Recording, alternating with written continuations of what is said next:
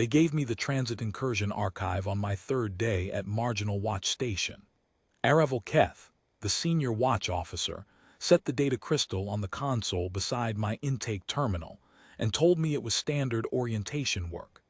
Every new posting spent its first week with the archive before it was permitted near anything live.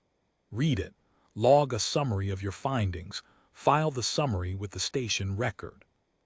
He said it the way you say a thing that has been said so many times, it has lost whatever shape it once had. I said I would. He went back to his post without looking at me again. Marginal Watch sits at the inner edge of the Velith approach, 40 light minutes from the boundary line of human space. It is not a large station.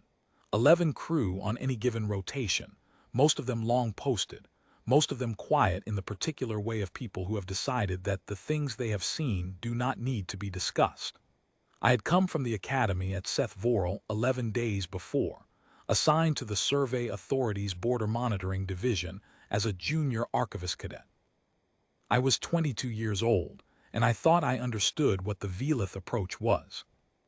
The archive opened on 1,144 entries.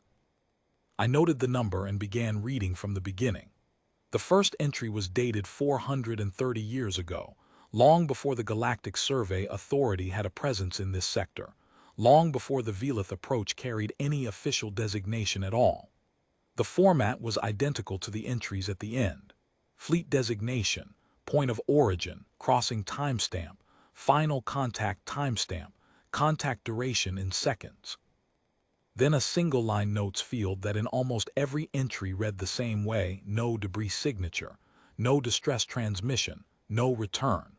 A few entries, perhaps 60 or 70 across the full span of 1,144, carried a variation.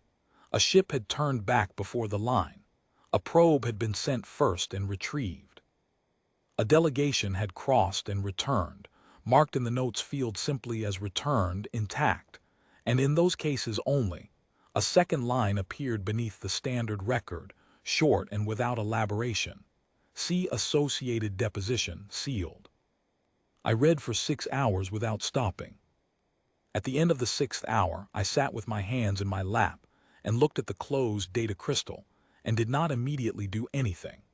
The weight of 1,144 entries was not in the number itself. It was in the consistency. Not a fleet that had gone silent in some unusual way that left questions. Not clusters of disappearances that could be explained by sector hazard or navigational failure or the ordinary attrition of deep-range survey work. Every entry was the same form of ending. The crossing timestamp was precise to the second. The final contact timestamp was equally precise. The gap between them, the duration field, varied by fleet size, and I noticed after a while that larger fleets produced slightly longer durations, but the relationship was not proportional.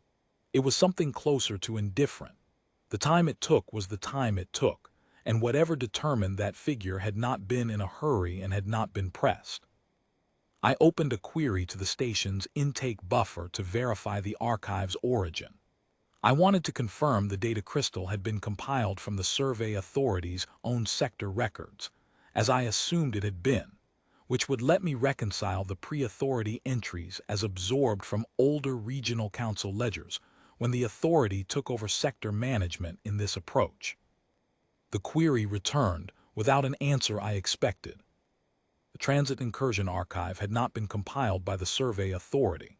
It had not been compiled by any predecessor body whose record identifier the station system could match.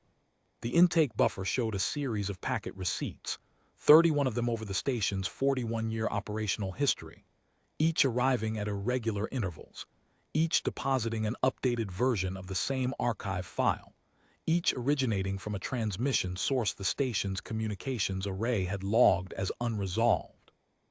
Not unknown, unresolved. The distinction mattered in the system's taxonomy. Unknown meant the signal had no recognizable header. Unresolved meant the signal had a header, a proper, structured, formatted header, and the station had simply never been able to match it to any known transmission protocol. I read the package receipt log twice. The packets arrived without pattern. sometimes 2 years apart, sometimes 11.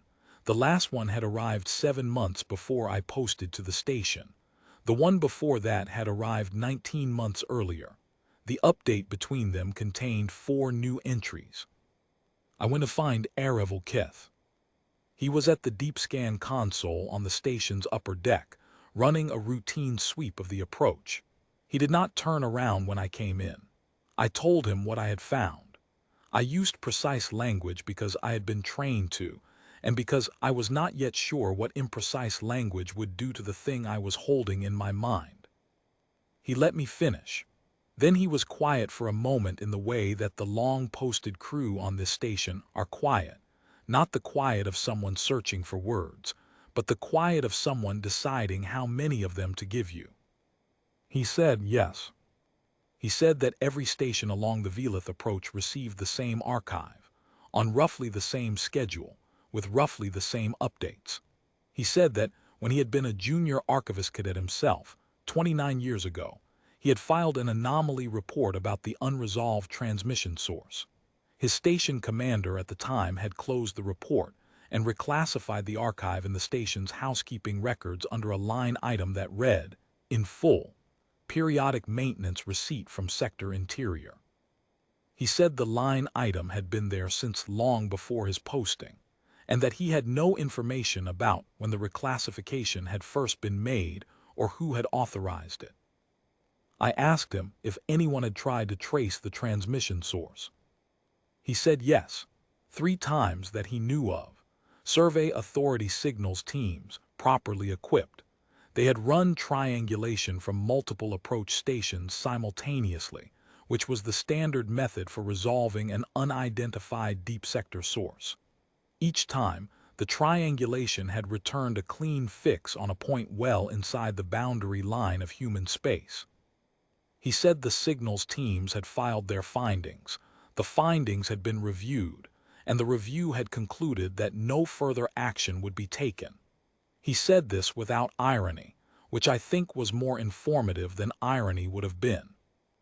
I asked him what he thought it meant that the archive was being sent to us. He said he thought it meant that whatever was keeping the record wanted us to have it. I did not know what to say to that, so I said nothing. He went back to his sweep. I went back down to my intake terminal. I sat with the data crystal for a while without opening it again. Outside the viewport, the Velith approach ran cold and dark and empty all the way to the boundary line, which from this distance showed as nothing, no light, no marker, no physical feature of any kind. The line existed only in charts and in the Survey Authority's designation records, and in the common understanding of every species with a presence in this sector. You stopped here. You did not cross. The reasons for this were documented in the archive with a thoroughness that was, it now seemed to me, not ours. I filed my summary that evening. I described the archive's content as I had read it, noted the 1,144 entries, summarized the consistency of the outcome record. I noted the transmission source anomaly and referenced the existing housekeeping reclassification, which my report was not in a position to override. I filed it clean and by the format. Then I added one line at the end, outside the standard fields, in the notes section that junior archivists are permitted but not required to use. I wrote, "The archive is accurate. I do not know how I know this. I know it the way you know the temperature of a room you have just walked into without deliberation, before you have looked for a source." I sealed the report and submitted it, and the station logged it at the 23rd hour of my 4th day at marginal watch. At the 23rd hour and 11 minutes of my 4th day at marginal watch, the buffer indicator on my intake terminal lit solid. I had not yet left my seat. I looked at the indicator for a moment before I opened the receipt. The packet timestamp was 11 minutes old. The updated archive contained 1,145 entries. The new entry was dated today. The crossing timestamp and the final contact timestamp were identical. Duration, 0 seconds. No fleet, no vessel. The fleet designation field read, in the notes protocol the archive had always used, a single line. It read, Archivist-cadet 4th day marginal watch station Velith approach, received, logged, noted. Nothing more. The field was closed. I sat with it for a long time. Outside the viewport, the Velith approach ran dark and still and patient all the way to the line.